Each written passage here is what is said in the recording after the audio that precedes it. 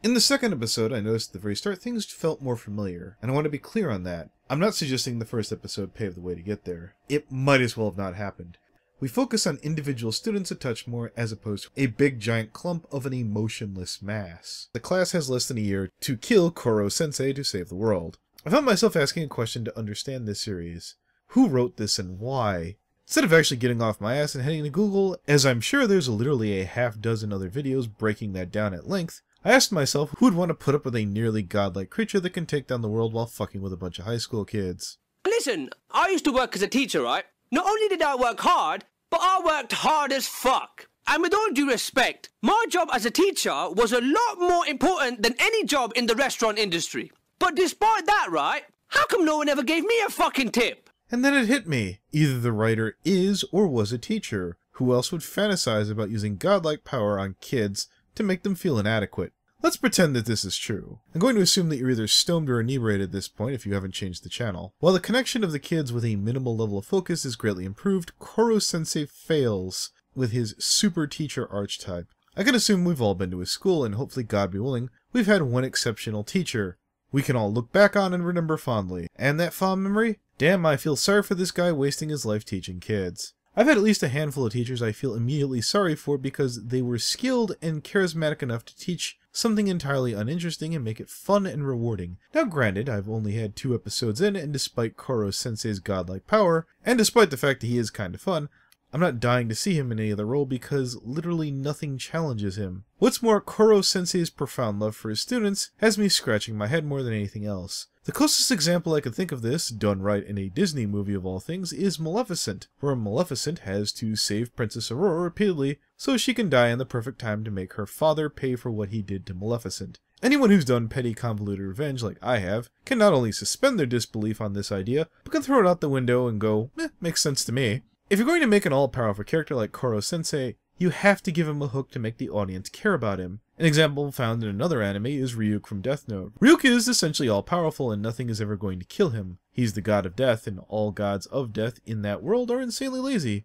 Ryuk has more of a character than Koro-sensei, and Ryuk's character is lazy and apathetic. I couldn't help but ponder that with the monster's compassion, why haven't the kids abandoned the assassination plan entirely and tried to emotionally manipulate him? Yeah, I know it's a show, but as far as I can tell, Kuro's only weakness is his heart. I do appreciate the sense of kinship and the family bond, all the while trying to murder Koro. I found this quite enjoyable without any great sense of irony. Bright smiling faces bonding together over murder, and the heartfelt camaraderie is indeed sincere and believable. Either this is really good writing, or I'm a god-awful monster myself. Now, in contrast, we turn to Survival Game Club, that had a much fuller, richer pilot episode, with Sanako getting railroaded into an air rifle club of sorts. Platy that weird strange duck thing makes about as much sense as Koro-sensei, but in exchange, he's just there. In contrast, this mascot character, if you will, unlike Koro, is completely ignorable. The range of your mileage for the absurd will obviously vary. I myself have woken up to a strange series of people who are loosely my friends that my parents just lit into the house. Without me giving the green light, minus the duck obviously, this is pretty gosh darn believable, sadly. If you came from a saner household than mine, I'd certainly understand and apologize. I'm not going to comment on having despotic friends or arguing with my parents because you can draw your own damn conclusions on how close to home this hits. We go from gun porn in the first episode of Survival Game Club to full-on mixed martial arts with an armbar and a tap-out. Geez, if only all slice of life were like this. I'd totally be on board with the whole moe clique and low-stake plots. That's a Boston Crab. We're clearly moving on to pro wrestling. Geez, guns, MMA, and wrestling. And we're just barely 5 minutes in. Well, damn, I give up. I don't even know what's going on here and what's where I don't care. Like, instead of training, the director just said, fuck it. I'm going to maim one of the main characters with a little girl. If this keeps up, I'm going to give up on trying to compare and contrast Assination's Class Room with Survival Game Club. And no sooner than I expected to give up on the cross and comparison, I can restate why this anime is simply more successful at being relatable. Kasugana the crazy four friends should utterly destroy Sonokawa, for the lack of a better term, for the fact that she's a complete noob. Happenstance allows her to succeed over her 4 hardened veterans in the Survival Game Club. Anyone watching Assassination Class Room couldn't help but even imagine killing Koro-sensei. Sonokawa is a bumbler who doesn't even really want to be here, and yet she got the drop on all 4 of her peers. Even you in the audience, even if you're sucky at this sort of thing, would find it possible to succeed, despite some mild torture. While things aren't perfect, success is within your grasp and for the characters involved. And for the purposes, inside the Brony community, Kasugana is basically artistic passion, or anyone who's ever thrown a temper tantrum for that matter, who's used to storming off and getting their way. This is a vintage red cord temper tantrum, if I've ever seen one. I think the invaluable lesson of just because it looks sweet doesn't mean you should give someone a lot of leeway. If you're watching this, don't just nod your head and forget this lesson the next time you're dealing with someone young and adorable who's playing you for a sucker. Ignore them. They're trying to work you.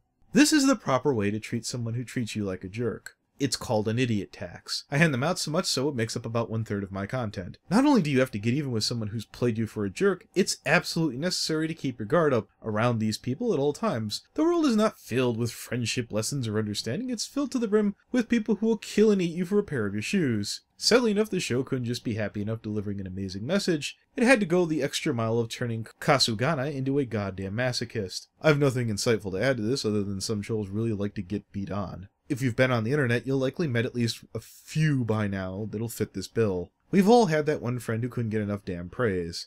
It's imperative you sit them the fuck down as fast as possible before they become an insufferable cunt. Don't let your friends make you into an echo chamber. I've lost friends this way, but you'll keep your dignity and your self-respect. Again, your friends will act like candy asses and expect you to coddle them. Don't let them. When someone's whining like they're an unreasonable little girl, you let them have it, verbally of course. I wouldn't condone violence. Wink wink, nudge nudge. Torturing your friends till they improve is a time-honored limbo tradition. Oh, this anime speaks to my heart, my body, my soul. Survival Game Club succeeds so much more than Assassination Class Room because its ability to work with not just a smaller cast, but focusing on even further of that small cast to give an appropriate love and attention necessary to that episode's topic. You must harden yourself to your compassion. Apply the appropriate amount of care when appropriate. Even if it seems mean at first, your friends, if they really are your friends, will thank you for it. And at the end of the day, there's no shame admiring a job well done. Never a little silly thing like failure stop you from helping your friends again and again and again till they get better. This is FNGR. Until next time, stay classy, class.